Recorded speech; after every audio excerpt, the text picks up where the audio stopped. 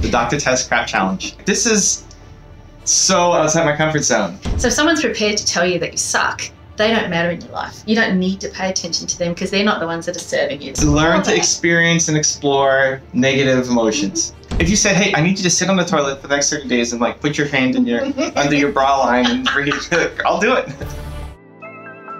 I'm dreaming, oh, I believe in this dream I've been dreaming, oh, I'm dreaming, oh, I believe in this dream I've been dreaming, oh. All right, here we are. This is a unique moment. Dr. Tess and I are both in New York. We are. She's from Australia, I'm from Canada, and so let's meet in New York. It just makes sense. Why not? So we thought instead of doing a Zoom, or I guess we usually do Zoom, then we would do it this way, face to face, so she can really call me out on whatever I need to get called out on. And I like that, and my wife Nina's in the room as well, and so Nina often gets involved, and she's often the subject of our... She gets brought in as a... Poor Nina. Yeah, so now we can actually get live feedback from Nina while she's in the room. Okay, so... Did you do your homework? I actually did not do my homework. So Dr. Tess is here to help me get to 10 million subscribers on my YouTube channel by helping me get out of my own way. Yeah. Understanding what my blocks are, like doing homework, and then doing them. Because doing your homework was watching one of your videos. Yeah, I was supposed to watch the Hank video back. Why didn't I do my homework? I had a great call with Hank, again, another one. So Hank happens in between ours, right? And he actually had a lot of nice things to say. So he was saying, like, I've gotten a lot better, even in our brief time on doing this series. He called me very heart-centric, and he's like, man, I don't know why I'm saying this stuff. I don't talk this way. But why didn't I do my homework? I don't know, I didn't prioritize it. I guess that's the honest answer.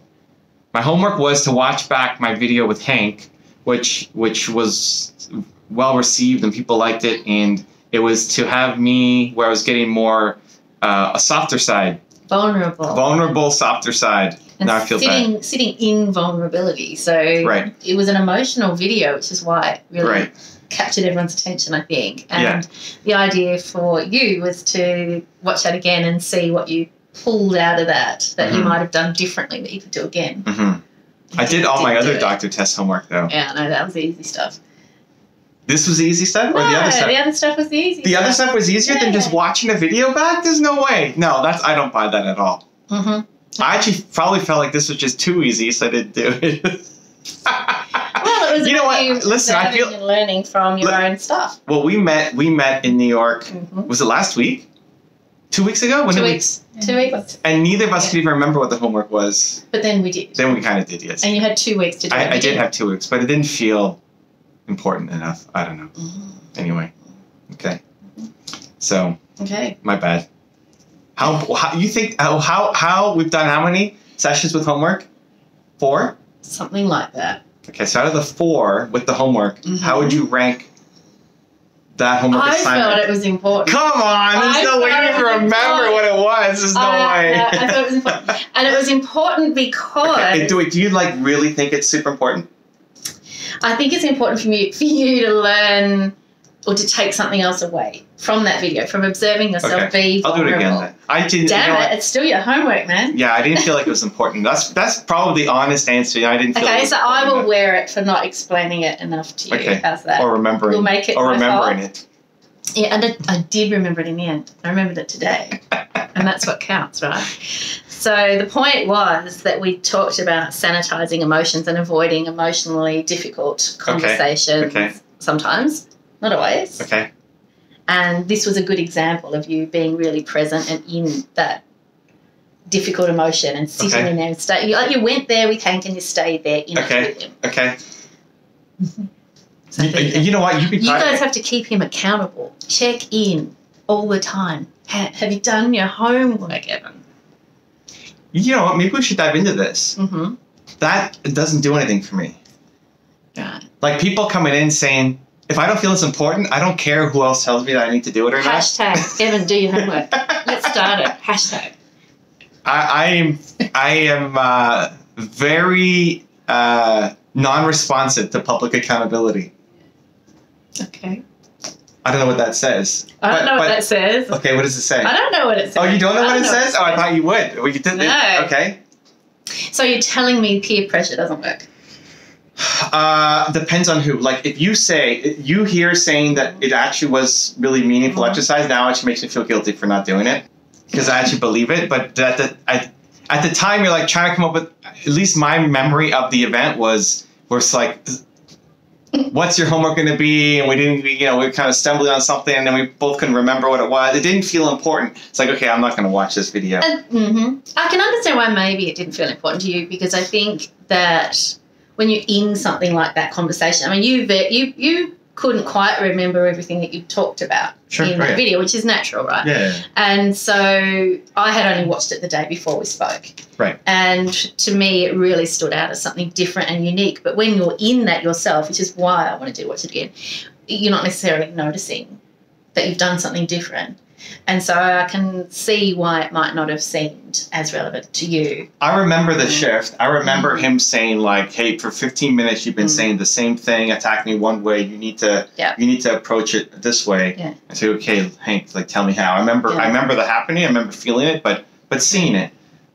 Yeah, I just think it might. Anyway, so peer pressure. Like, I feel guilty that it actually mattered to you, and I didn't do it. So. You know what? So I did a podcast last night with a close buddy of mine named Mark, who I've known for 15 years or something. And we did a podcast the week before where I was going hard on him, and it's what I do sometimes for people I love. Yeah, I hate that. And then his wife heard that part of the podcast. He's like, Evan's being really mean. And I know his wife, but we're not like super tight. And then she shut it off just before I started praising Mark, giving him lots of attention. And so okay, I know his wife and whatever, but I didn't feel like it was mean. So I said, well, what do you think, Mark? Did you think it was mean? He's like, yeah, I thought that part was mean. You thought that part was mean? Really? And then now I really care because it wasn't mean. The fact that he thought it was mean. Then we had to dive into what do you think mean is? And for me, it's bad intentions, like you're trying to hurt somebody, right? And that's not okay. She said, if that's your definition, I don't think that was. I knew it was out of love, and I appreciate. Like I want more. Yeah. So, but we had to clean that up because that bothered me. The fact that my friend Mark, that we had just a miscommunication there. Like when we had dinner 2 weeks ago, and it's like, you got to do this, Tess. Let's go. If you felt that was mean-spirited, that would bother me. Like I wouldn't sleep that night, right? But somebody leaving a nasty comment or somebody doesn't mean anything. I think the capacity for all of us to misinterpret what we're saying to each other is real because language is what it is. It's not perfect. And I think that you'd have that with mentoring clients a lot where you're pushing. Because I know I have that with clients too. Yeah. I'm pushing.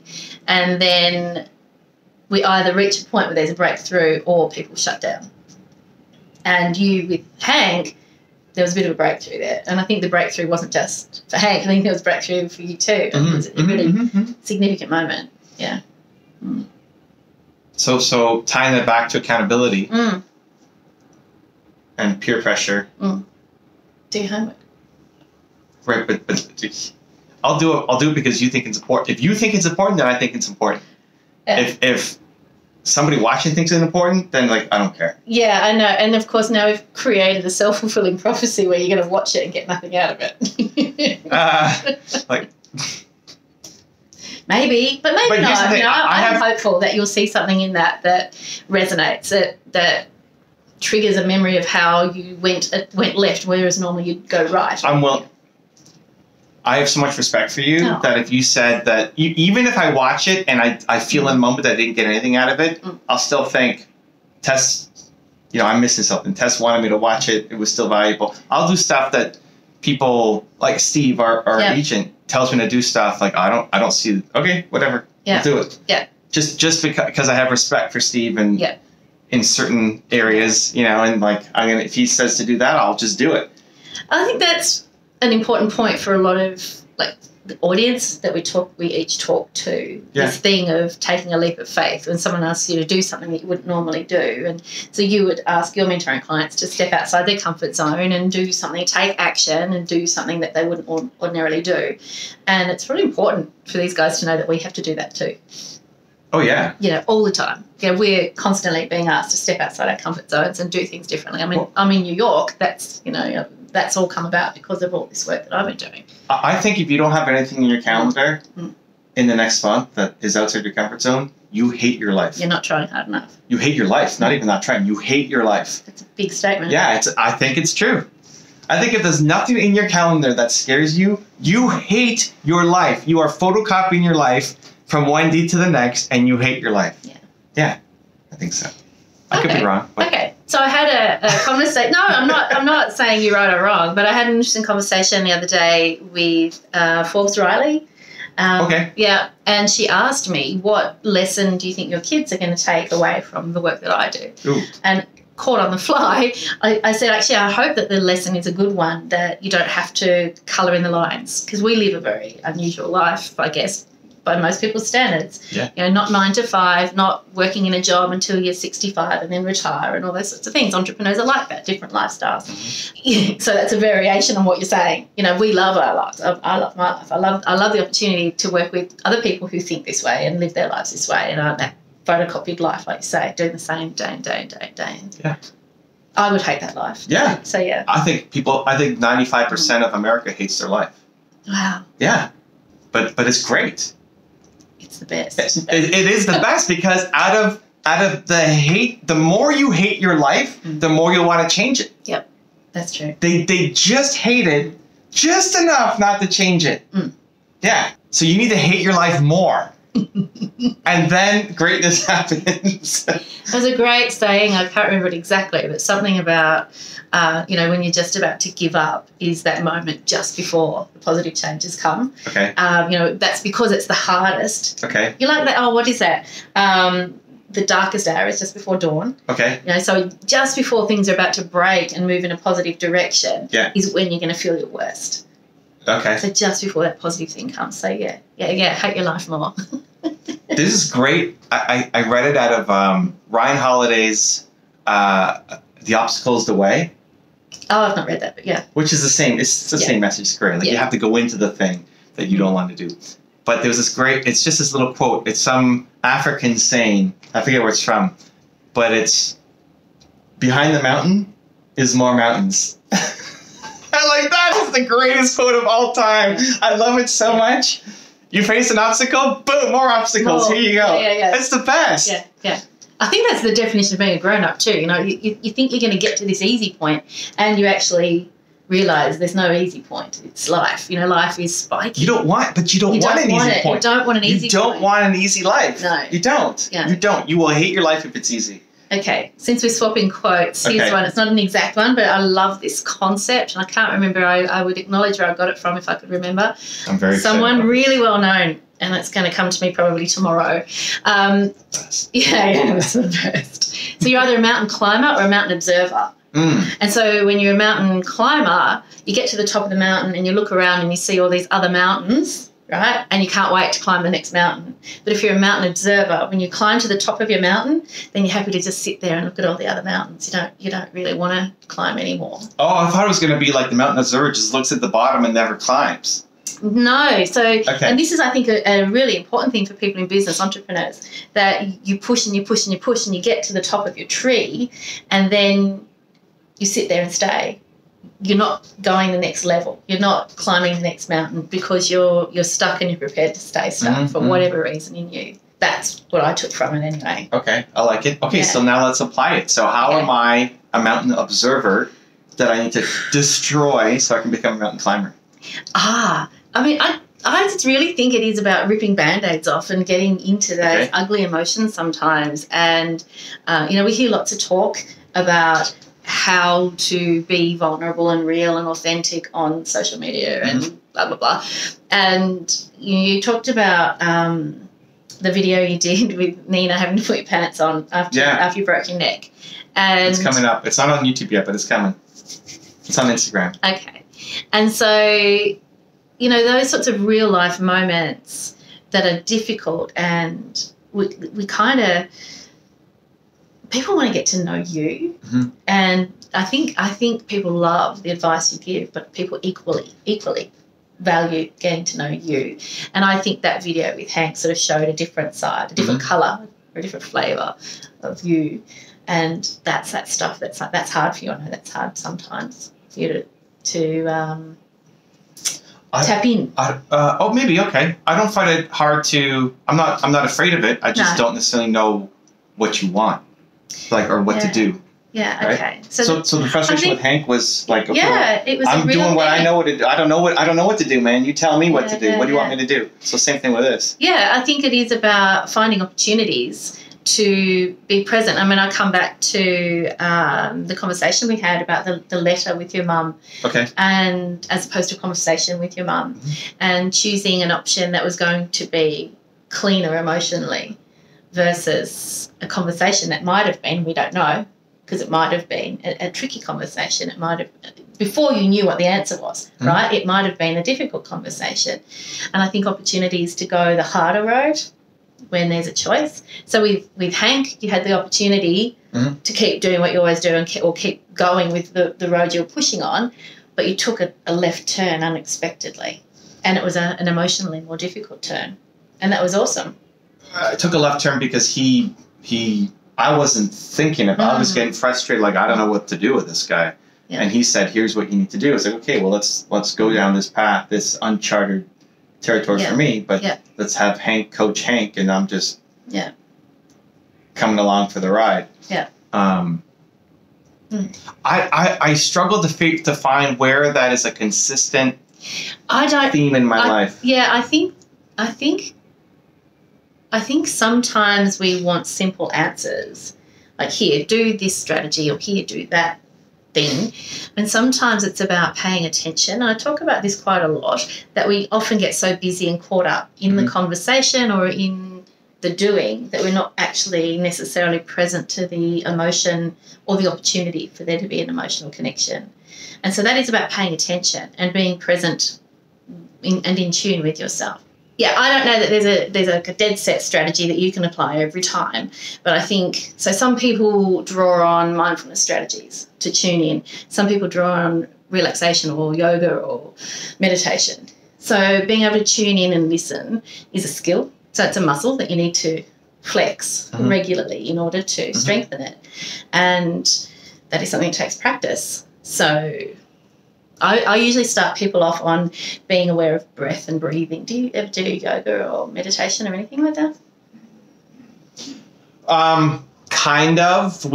I'm testing it. Like meditation, so we'll go off on this tangent quickly, but meditation I've never found to work for me. That's right. We've talked about it. But I believe in the science behind it. Yeah. And even now, like, I broke my neck. Yeah. And there's a piece that's still broken. Yeah. It's like a centimeter off. Yeah. It's gone. Like, it's never going to come back, the doctors say. Wow. But one of my followers who's coming to my workshop in Toronto believes that I can heal myself and connect it through my mind, and it'll connect. Great, let's do it. So sounds like Dr. Strange. Yeah. What it is, it's all like, the doctors say there's no way it's coming back together. They're not going to go in and take it out because it's not threatening me, at least right now. And spinal surgery is crazy. But he believes, this guy, that I can, with my mind, heal it. And so we've been pretty much every night since it's been how long? Since 2 months?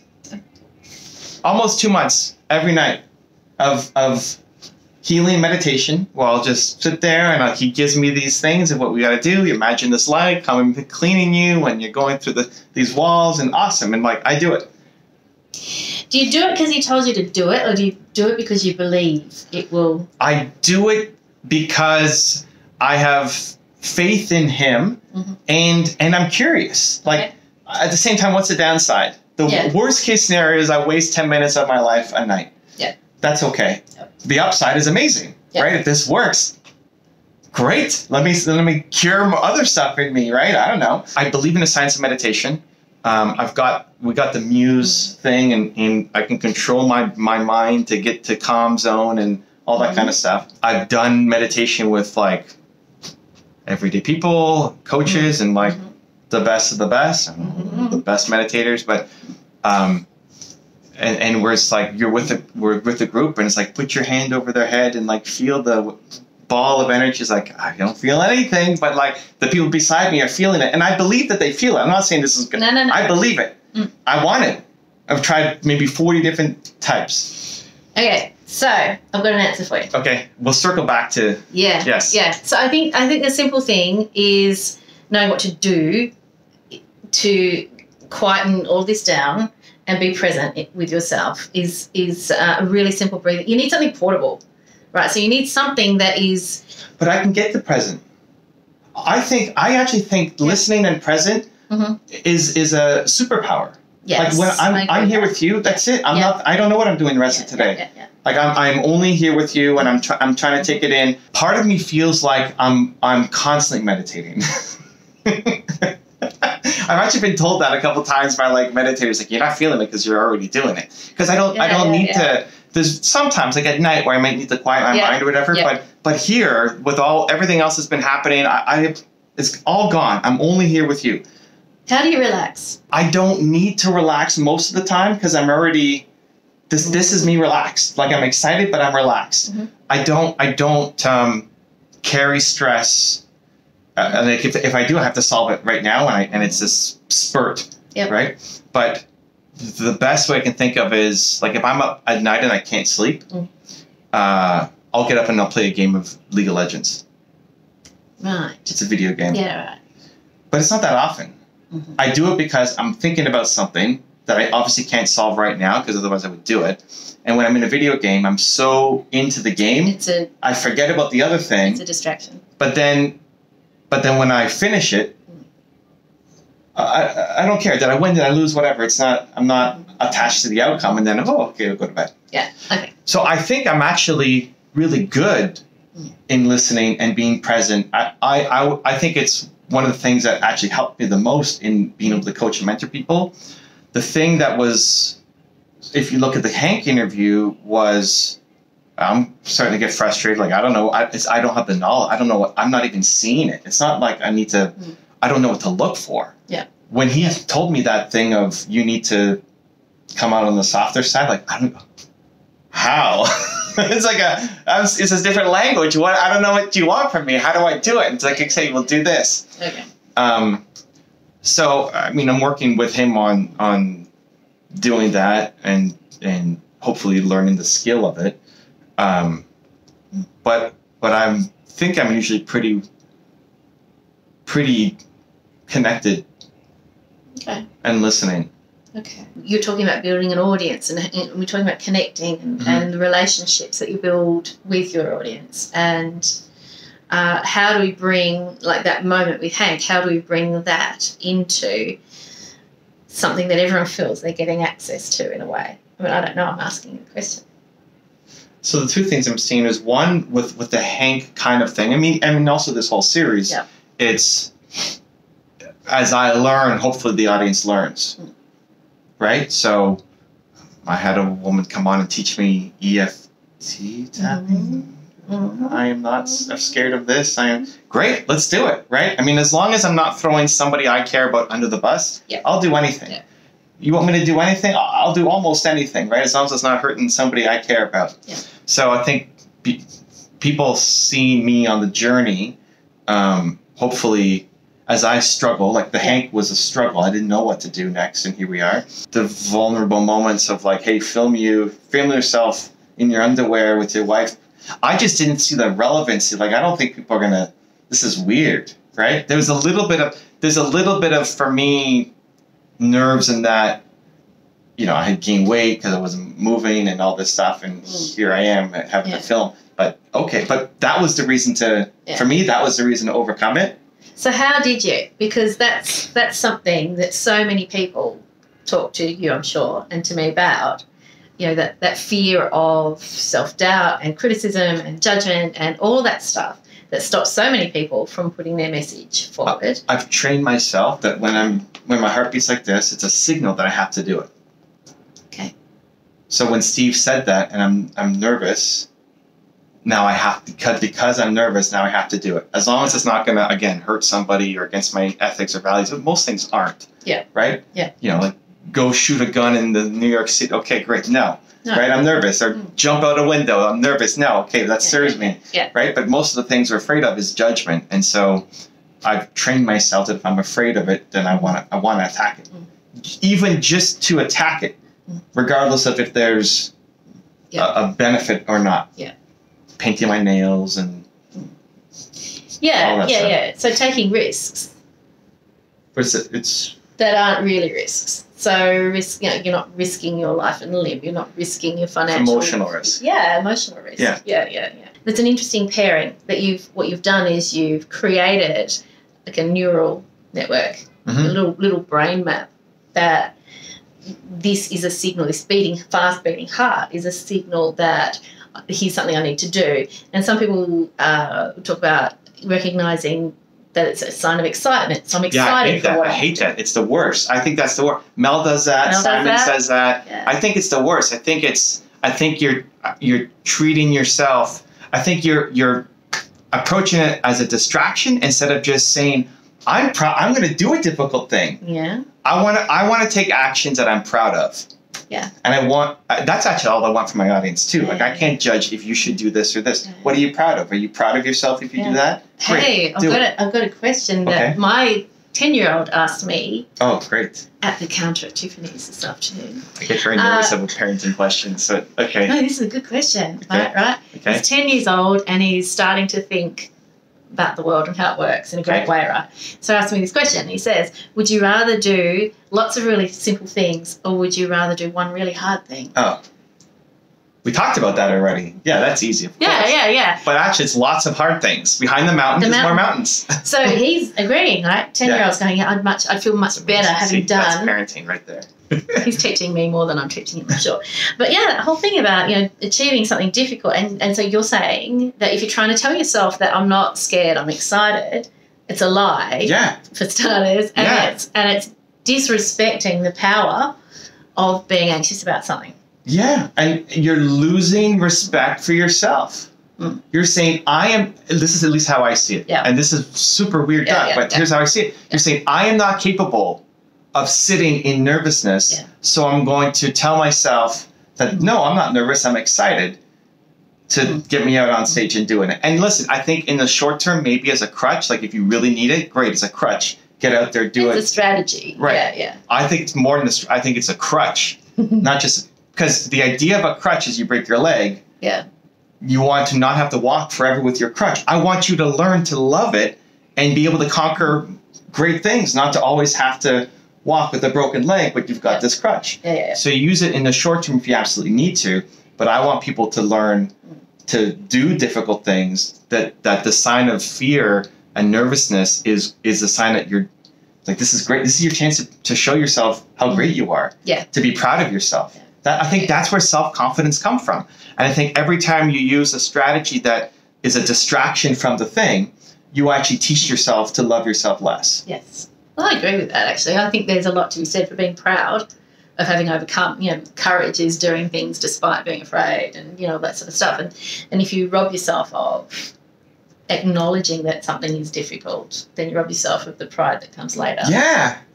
Yeah. And if you say, well, I had to use this thing to get me through, it's like you had to take steroids to win the race. It's like you don't feel good about yourself. You cheated. Yeah. Right? Yeah. At least that's how I see it. I agree. Yeah. I want to be nervous and then go off even if I fail. Yeah. Like for me, if I'm nervous and then I go on stage, this is what I told people who came to my workshop. Like they stood up and did something that they were afraid to do, like sing in public the first time. It's like, great. I don't care if you're great or you suck. I'm celebrating the effort to go through the scary thing. Mm-hmm. If you came up and you sang and you stood up and all you did was vomit on the person in front of you, I'm cheering you on. They're like, that's the best. Like, amazing. Yeah. Right? No, that happened. It didn't happen. But people expect to be great. Yeah, I think that's the thing. People are fearful of not being great. People are fearful of, and in that, there's that fear of the criticism. And I know that, I don't know if you've ever had this journey, but certainly in my profession, there's a tendency to discourage people from stepping outside the four walls of the consulting room and being visible. And so what comes with that is a who does she think she is kind of an attitude. I've certainly had a bit of that. I don't know if you... Dr. Tess. So I think I am. Who do you think I am? So New York brings a silly out in us, I think. But people stop themselves at that point and go, well, I can't risk people saying these things about me, so I better not step out of my box and do the scary thing. Yeah. And I think this is where I really encourage. I mean, we talked a little bit before about being in tune with what you're telling yourself, and you've talked before about having overcome lots of limiting beliefs, I think you said. Mm-hmm. Yeah. And when we don't tune in, when we're not listening to what's going on, when we're not hearing the need for courage, when we're not hearing the fear for what it is, like if it's fear of being judged, then you can't call bullshit on that if you're not paying attention to what it is. You're not hearing it for what it is. So, I'm not going to stand on stage and sing because I might vomit on the person in front of me. When in actual fact, the real fear is what if people think I suck? That's the real fear that people are having. People scared of judgment. And does it matter is the question. So if you know what you're telling yourself, then you can say, well, hang on a minute, does that actually matter? Can I call bullshit on that? Yeah. Yeah. I think, one, you tie your self-esteem to the effort, not the results. Yes, growth mindset. Is that what it is? Yep. Effort, not the results? Yep. Is that growth mindset? Yep. Okay, great. Well done. And two, here's what I think. So, first off, most people won't care. Yep. You're not that important. Most people won't care if you get up and suck. Like, your blip, your moment, you're gone. Mm-hmm. Right? Who cares? This life-changing thing maybe for you is nothing to somebody else. Most people won't care. Your friends will tell you, don't worry, you'll do great, we'll love you. And some people will be cheering you on. Yeah. And then some people will think you suck. Yeah, totally. Yeah. And that's okay. Yeah, but nobody says that. No. You will get up and some people will say, you suck. Okay, and? So now I'm not going to do it? Now you're 85 and you look back like I didn't do it because I was afraid of somebody in a chair saying that I suck, right? Great. This is what, so you feel the nerve, you do it. Yep. Too much power to the people who actually don't matter. So if someone's prepared to tell you that you suck, they don't matter in your life. You don't need to pay attention to them because they're not the ones that are serving you. They're not the ones that are interested in building you up and celebrating your successes. So how do you gain self-power? So you need to do it despite the people that might tell you suck because they don't matter. You do the things. You do it anyway. You feel nervous. Yeah, you do. That's how you get power. Yeah. You take it back. You don't use this crutch. No crutch. I'm excited. Yeah. Okay. All right. Can I tell you the strategy I was going to tell before? Because it might be helpful to everyone else. Yeah. So it's not helpful for me. Well, it might be. But you never get stressed, apparently. Well, it's not. I get stressed in micro moments. Like something's happening. I'm here. I think the upside of me being focused is when I'm with you, and it's amazing. And that's how I am with all my projects. How am I so productive? Because when I'm doing it, that's all I'm thinking about. Yeah. The downside is I can't multitask very well. If Nina wants me to do something, but I'm in the middle of doing something, like, it'll be this micro moment of stress because she needs me. I need to answer that thing, but I don't want to leave this thing because I got to get this thing done. And so I can't do 4 things at the same time. Don't you find sometimes you have to? Like, aren't there moments in life when you've got to juggle? I have almost you managed to why don't I have a cell phone number? Like, I don't want to be interrupted. Right? Right. And I design my schedule around how I want to. It's not 100%. It's not perfect. But like if someone on my team is messaging me while I'm with Nina doing something, what are you doing?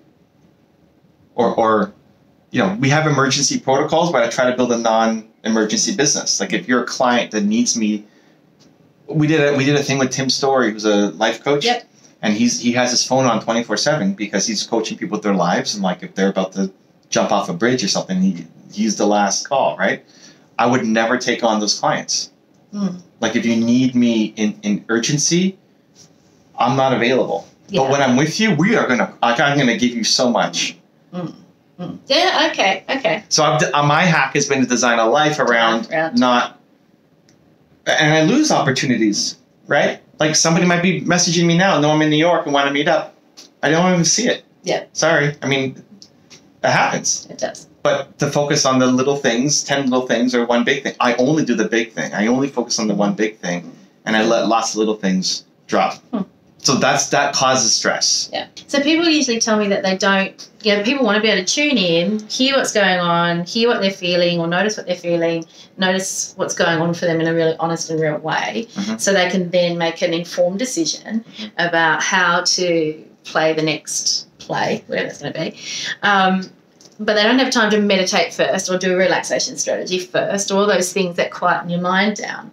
And so what I teach people to do is to actually just be really conscious of their breathing. So really simple strategy. When you're at home, I tell people to practice this when they're on the toilet. Okay. Because then you remember, right? It's like you're not doing anything else. You might as well practice your breathing. On your phone. Yeah, no phone. So you just, if you jab your thumb into your tummy, right at the top of your tummy underneath your ribs, you'll feel your diaphragm.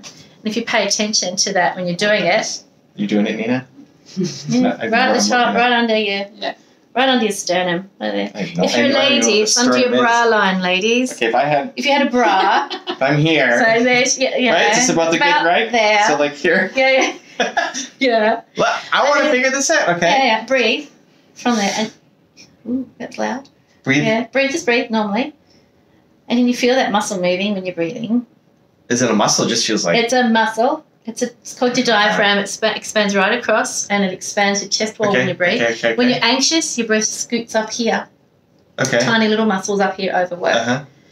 So if you're just checking in with your breathing a couple of times a day or whenever you go to the toilet, you get much more in tune with when your breathing has changed, and that's giving you a heads up that something's going on, that you're about to get anxious or about to get angry or about to be... You don't think people know that they're... I don't think people know until it's too late. This is giving you an early warning. Wow. Okay. Yeah. So it's a real super cool superpower that you can... It's portable. Okay. Because once you're used to it, you don't have to poke yourself in the ribs anymore. You just are more aware of your breathing. Okay.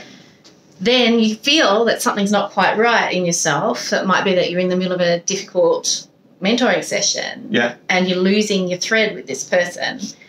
Quite just paying attention just for a split second on what's going on with your breathing and calming it back down. Like if it's up here, get it back down here. Just one calming breath. How long does it take to take one breath? Not long.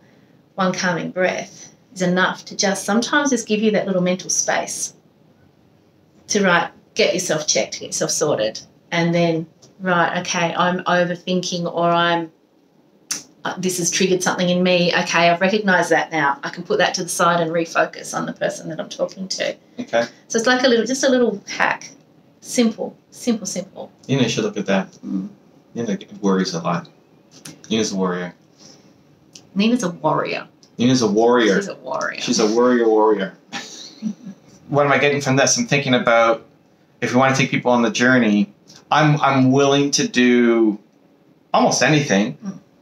I don't know what to do. I mean, I'm doing what I know what to do. Yeah. And then I take people on the journey, sometimes on YouTube, most of the time on Instagram, with like in the moment stuff.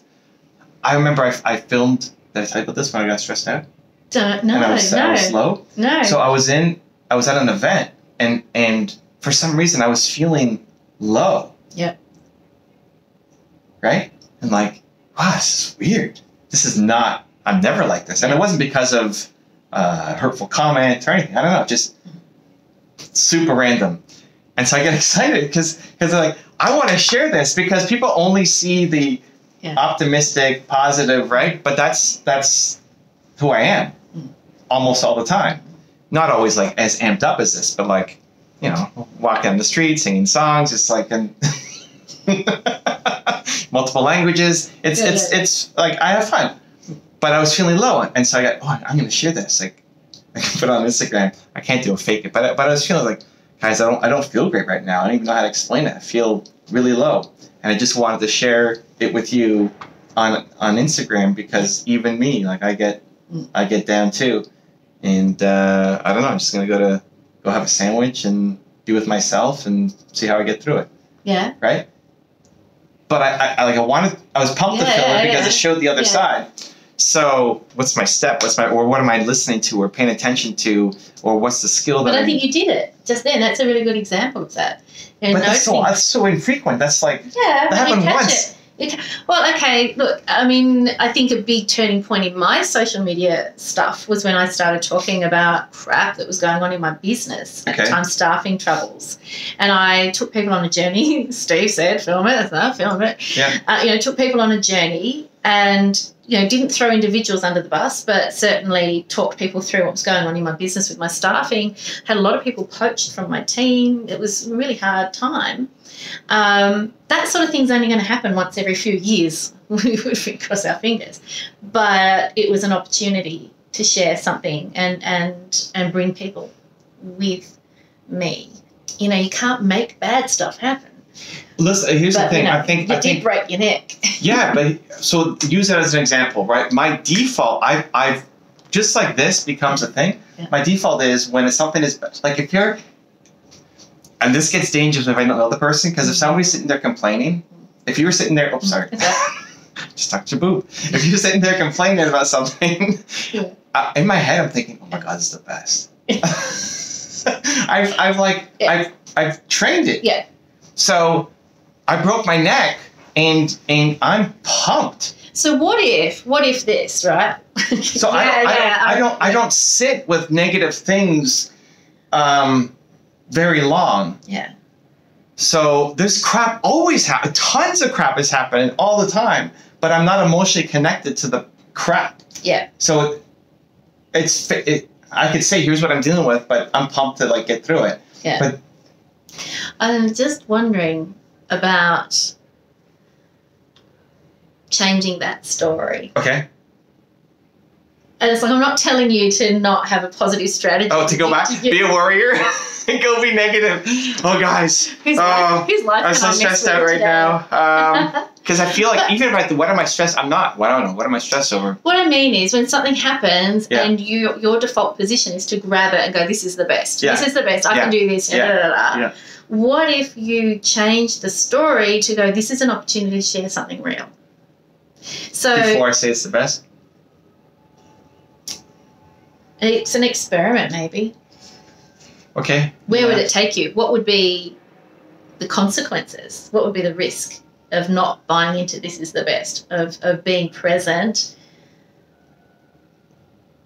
No, nothing. Okay. No, no consequences. No. I mean, it's just training. I've trained myself the other way. Yeah, and I'm hesitant to say, hey, you've got this awesome strategy, let's undo it. You suck. Do this. Yeah, suck more. I think it's, I don't know. I'm just looking for opportunities for you to... I could do one right now. Like even this, I'm thinking, how do I get better? How do I improve? And I feel like it's slow. I feel like the progress is slow. I feel like I want answers. Your neck? No, not the neck. This, like me getting better. I'm in a rush. I wanna, Yeah. And yes, appreciate the moment, but I want. That's the problem. Yeah, but yes. You need to slow down. You don't slow down. You don't get stressed, but you don't do slow. I don't do slow. I don't do slow. When I have something on my mind, it's not slow. No. Yeah. If I don't have anything on my mind, then it's whatever. What I mean is, like the slow food movement, like deliberately slowing things down, deliberately letting things just go, hang on a minute, let's not make this the best, let's not make this awesome, let's just be present with this for maybe 5 minutes longer before pushing it into the best. Or right. So let's go. So I'm trying to do it like right now. Mm-hmm. In me trying to get better in all of the conversation, this whole series. With you, with Hank, with Steve, with other people that I'm having on the show, I get frustrated with my lack of growth compared to my standards of how when I want something, I destroy it. Yeah. Even if I know zero about it. Mm. My issue with this is I don't know what I don't know. And so when that's a problem that I need people to tell me what to do because I don't know how to research or how to get better. Mm. But as soon as I have a problem, I'll attack it. So that's a very real frustration for me. Yeah. And I'm trying to show that side now, right? Yeah. But I think like, Tess is going to save me. This is the best, right? But sit with that for a little bit before we go. It's not a major stress, but it's a problem. It's How was that? How did I do? Was it good? It was real. That was real. That was real, guys. That was real. Huh? Yeah, no? Well done. Well done. Yeah, was it good? Yeah. Okay. Yeah. Do I get a treat? M&Ms. Give me M&Ms. Hum. What I was going to say, though. Okay, yeah. Not everything has an answer in a book. And not everything has an answer in do this strategy. But I default to that. I agree. Yeah. I like 100%. Mm. Yeah, and I love it. I love the challenge of it too, right? Do you know that so many times in the clinical setting, so we're dealing with someone who might have an anger management problem or a depression or anxiety problem, there's almost like a cohort of clients that we might see who are frustrated that progress isn't fast enough for them because they're so used to smashing things, right? And sometimes progress is slow because it is. But what happens is at some point down the track, you look back and go, wow, I'm actually not in the place I was when I started. But I default to that though, right? Like my problem is sharing. You wanted me to share more of the frustration, the pain, right? Yeah. That's the pain. But I'll get out of it so quick and just say that, right? Yeah. Are you kidding me? How far have I come in the past year? I'm crushing it. That's my default internal. Yeah. Right? So, but you're saying before I go there to try to share the lower the real points. Stuff. Yeah, the real stuff. But Kanina, can you call me out on something if you catch it? Okay. I don't know I don't know. I mean, but that was one. That was one. It was good. And it is hard to identify. Yeah. And not. So where do you see if you were faster, where would you be? If this was happening, all of it was changing you faster, what would you look like? How different would you be? I don't think that way. Maybe I should. If I got this thing faster, I would be. It's a tough question. This is great. See, you get to see me struggle. I don't know. Have more impact. Move closer on my goals. How would you be? That's other people. Well, I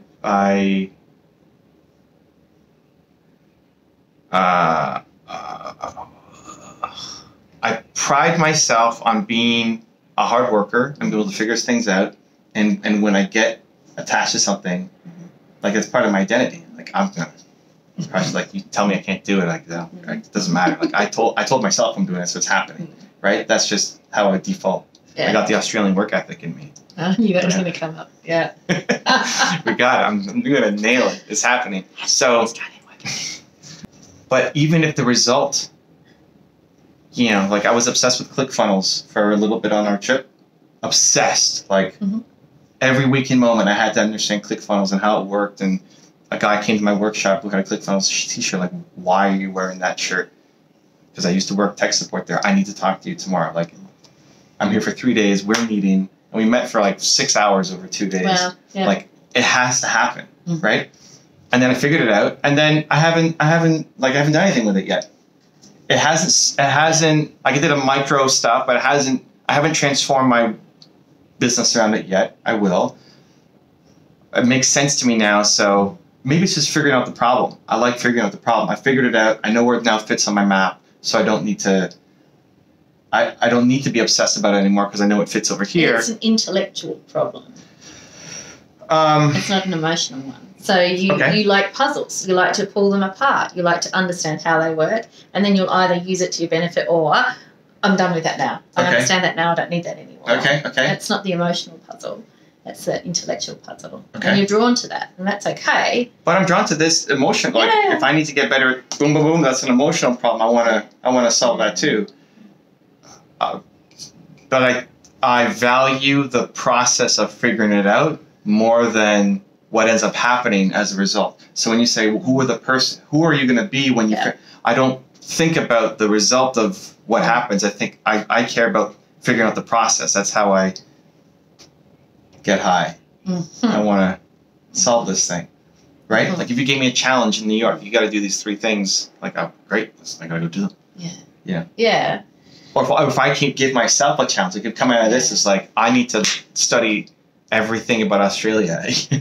Especially our work. I need to know the history of M&Ms. I don't know. Like, but weird stuff like that will happen. But that's intellectual stuff. It's a question with an answer. Okay, but like when Steve said, go film yourself. That was an emotional struggle. That was an emotional challenge. It was still like right away, we got to do it. Now, she wanted my morning routine, so I had to wait till tomorrow to do it. Mm-hmm. But it was decided that this is going to happen. Yeah. I had to ask Nina permission, like, okay, are you okay if we do this? She said, yes, fine. So charge the camera, make sure I'm ready to go. Like, it's by my bedside, so you got me. I didn't get up out of bed and go get the phone and, fix anything. It's like, this is it. I just woke up. Okay, phone, here we go. Because I don't sleep with the phone next to me. Yeah, right. Maybe I'm not taking on enough emotional challenges. Maybe I don't know what the emotional challenges that I need to do. Yeah. It's not the I don't feel I have the fear of doing it. I just don't know. And maybe fear is too strong a word. Okay. Maybe avoidance. Maybe it's not important. Maybe it doesn't mean anything. I don't know what is the right word to use, but I certainly think I would use the word avoidance. Yeah. Okay. I think you often. Maybe he's overstating it, but there's this tendency to circumvent. If that's going to get messy, I'll go around this way and keep it intellectual because that's your default position. That's so interesting. I don't feel it, but I'm hearing it, so I want to now. You might need to sit with that for a bit. Well, now I want to. But see, now you want an answer. No, I want to tackle it. I want something to come up that causes emotional messiness because I when you say messy, like I love messy. I want messy. I crave messy. I love order, but I love the beginning part. I've trained myself to like the beginning is messy and it's great. So what's the next messy thing for me to jump into? See, this is the thing. These aren't things that I can make happen or make you make happen. But I hear that. But something to pay attention to is like if I am this, then I do this. Yeah. So you said like if you're worried about something, then share it before you sanitize it. Or come out on the other side of like this is the best. So I tried doing it like right now. I want to tackle it right now, which is hey, let me share something with you that I'm struggling with. So we could do that. But what else? Like difficult conversations. Difficult conversations. I like difficult conversations. Yeah. I can't invent scenarios for you because that would just give you a recipe that you would then go and smash because you would have intellectualized it. What can Nina help us in this? Sure. Ask like in a question or in a like things to observe. Maybe I'm my own enemy. Like this is why we're here because I'm in my own way. Yeah. And I'm blind to something. Nina can help, but you can't delegate it to her either. No, but just 100%. Yeah. Yeah, for sure. But even her finding something and then if I'm resistant or have my blind spot up and she says, hey, Dr. Tess said do this. Like, okay, you know what? Great. I'm going to do it just because you said to do it. And we'll see what happens, right? Like if you said, hey, I need you to sit on the toilet for the next 30 days and like put your hand in your under your bra line and breathe, I'll do it. So you need to sit there with a bra on, I'll do it. You need to film it, okay. Right? Great. Oh. I'm here because Dr. Tess, hashtag Australian work ethic, had me here. Yeah. I want to improve. I appreciate it's a struggle. Yeah. And I know you're like, if you had an easy thing, you would. I would tell you. Of course. Yeah, I'm not hiding. Yeah, of course. My superpowers. So we're trying to figure stuff out in the dark together. That's it. It's like we're in one of those escape room things. Like, where's the door? Two people are better than one, right? Yeah. So problem solved. You've had more experience on this stuff than I have. So do you know what? It's actually much harder for people who are mentally healthy to work on this stuff. Because when you've got something like a significant anxiety problem or a significant depression, it's right in your face what it is you're trying to fix. And so the strategies become clearer and more meaningful. But when you're well and you're just trying to tweak something, it's a bit more vague by the very nature of it, because there's nothing broken about you, to use a harsh word. That scares me. I want something to be broken. You had a broken neck. Yeah, no, but like that means that I hate that, because that means I'm there's no more climbing. Now I'm a mountain observer. There's no more mountain to climb. That's the worst news of all time. I want you to say, Evan, you are so broken. You think you're great, but you are like the worst human of all time. Let me show you why. You're like, ooh, tell me, Tess. Oh, what do I need to say? What do I need to say? I would. And that would be the wrong response. Because intellectualizing. I remember long before I studied psychology. No, I think it was just before I started studying psychology, actually. And I saw a counsellor, and we got talking about some of the tricky stuff that happened in my childhood. And I remember her telling me then, you don't feel the emotions, do you? You actually intellectualize. This is a story that you tell. You're not actually experiencing the feelings that would normally go with that. And I thought, okay, yeah, that's interesting. And it's true. When I talk about my childhood, I don't really remember emotions. I don't have a lot of emotion about it. But I do in the rest of my life. Okay. Just ask my family if I get cranky, they know it. And maybe that's the difference, is that for all of us, we've all got strategies that we use to get through difficult times, and sometimes those strategies then blend into other aspects of our lives, and they're not necessarily helpful, not necessarily harmful, but not necessarily helpful, because they're blinding us from something else that we could experience in a different and more enriching way. Does that make sense? Yes. Still don't know what to do, but yes. Yeah, I know. Do I need to like meditate on sadness or? No. Okay. No, I don't think so. But I don't know. It's almost like I'm asking you to put yourself in harm's way. You know, opportunities to share something rich and vulnerable. It doesn't need to be even personal, but struggles, difficult things. Letting people in and feeling that. Even just you feeling it, even if you don't share it necessarily on social media, it's not all about the social media stuff. So should I do, so maybe I need to be opposite of me. Maybe this is you thing. need to be like the anti-Evan for a while. Yeah, no, but here's your alter ego. So here's the thing. So at night, I forget what are you grateful for? We write down, what am I grateful for? I asked Nina, what you grateful for? I love it. Like, you need to write down, what am I pissed off about? Yeah, no, I'm saying, like, should I write down, or even just share with Nina every night what I'm frustrated with or what I'm struggling with? That's an experiment. It's worth doing, I reckon. Yeah? Yeah. We're not encouraging you to do that, but Evan.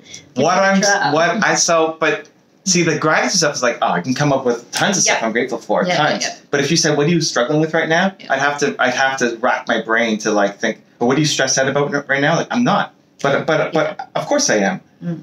But it takes me extra steps to think about. Yeah. So I think there's a question that I ask. I often ask my mentoring clients to do, which is a journaling activity on why they would choose to stay in a scarcity mindset, which is a fear-based mindset. Mm-hmm. It's all that stuff that, like the fear of judgment. I can't possibly do this thing because people might judge me. So it's a murky activity to do, but it's a good one because you start calling yourself out and a whole lot of stuff. So maybe a variation on that is an exercise for you, writing down the things that you are frustrated with, or the things that you're angry about, or the things that you're disappointed, like all those less pleasant feelings. Okay. Almost like a daily journaling activity. Any less pleasant feeling? Yeah. Okay. See what comes up. Yeah, okay. I don't want to give you a prescription. No, I like it. No, this is great. This is a good... But don't do it just before bed. I think that's not necessarily the wisest move. Oh, really? Mm-hmm. Don't do it before bed. When should I do it? At a time of day when you're more likely to finish the exercise, when you're ready to finish the exercise, and then move on to something else. What do you mean? Well, you don't want that to be the last feeling you have before you go to bed. Oh. You want it to be something that you can... I think it'll just come out of it. Oh, go on then. You do it your way. Dean, if we did that at night, if you shared something you're grateful for and I shared something I'm stressed out about, would my stress impact you? Like if I said like I'm stressed about this, would you sleep okay? I don't know. Okay, I think I'll be worried about it. You'd be worried? Okay, well, let's do it in the morning. Yeah. First thing in the morning. But morning, you don't remember. I'll find something. This is the whole point. I need to find something that you come up with something you're grateful for, and I'm going to come up with something that I'm on the negative side, stressed, anxiety. I won't say depression is maybe too much, but disappointed, sad, bored, scared, bored. Okay, some negative bored's emotion. actually a really good one. Bored? People don't give boredom enough weight. It's actually quite a negative emotion. I don't think I'm very bored though. No. I'm bored. But you might be bored with something, like something that you're getting sick of. Okay, good. That's my homework until the next time with Dr. Tess. And I gotta we'll do that. That's happening. Okay. Yeah. Okay, good. Awesome. This is a new daily routine in the Carmichael household. Become the anti-Evan. For 10 minutes. Yeah, it's learn to experience and explore negative emotions. Yeah, I can do that. There you go. Is that intellectualizing it? No, that's okay. That's okay? Yeah, I'll pass that. Okay, good. I think I could sit with it for a couple minutes and then I'll move on, but that's the whole point of the exercise. That's the whole point of the exercise. And then sharing some of that, because that will then trigger perhaps some stories that you can share. Share some of that what? Oh, you want me to put it on Instagram? Some, not the activity necessarily, but you might, in doing the activity, you might uncover some stories that are actually really, really good stories to tell. You want me to do a 30-day what sucks in my life challenge? You thought of it. or like a what? That's not what sucks. What would we call it? Negative emotion challenge. Yes. It's so weird. This is amazing. The disbelieve challenge. The can't believe challenge. I don't know. I might have to ask for suggestions. The frustration. Okay, I'll come up with something. So you want me to share? I can share it. If you like. I'll share it and tag you. Okay. The Dr. Tess 30-day negative challenge. Yeah, tag me. The 30 days of negativity with Dr. Tess challenge. I may well just get myself deregistered if this goes wrong. This is great. Here's what so I can share. That's 15 seconds. I could share. share. So I just got to come up with like I'm frustrated. I'm stressed about. I'm upset about. I'm nervous about. I'm bored with. I don't like. The rationale is that you are just spending a little bit of time each day acknowledging. Oh no, I get it. 100%. I'm thinking cues like. Because tomorrow morning I'm gonna wake up and be like, oh my god, I gotta start, and I don't know what to do. So something like I'm nervous about. Why don't you start with a really simple question? Okay, this is it. Something that I'm not happy about today. Right. Okay. Rather than thinking of a list of intellectualized labels and then trying to fill the labels like. I'm just thinking cues. Thinking cues. That's all. Because I'm not happy about it. You've got a simple question. But I want to connect like I'm not happy because there's like a stain on the rug or something like that. Okay. So then how does that make you feel? Oh, nothing. That's the point, right? Like you want me to feel. I need to not think it, but I need to feel it, right? I gotta actually not be happy about it. Yeah. Okay. Okay. Yeah, we can do that. 30-day or however long until our next conversation. Yeah. Dr. Tess negativity challenge. Crap challenge? Yeah. The Dr. Tess crap challenge. Hashtag Dr. Tess crap challenge. People will join me on the Dr. Tess crap challenge. This is what I'm going to get known for. This is good. It just might. Dr. Tess crap challenge. Okay. If you want to join me on it, every day on Instagram, you wake up, the first thing. I usually do This is what I'm going to do. I start the day with something motivational.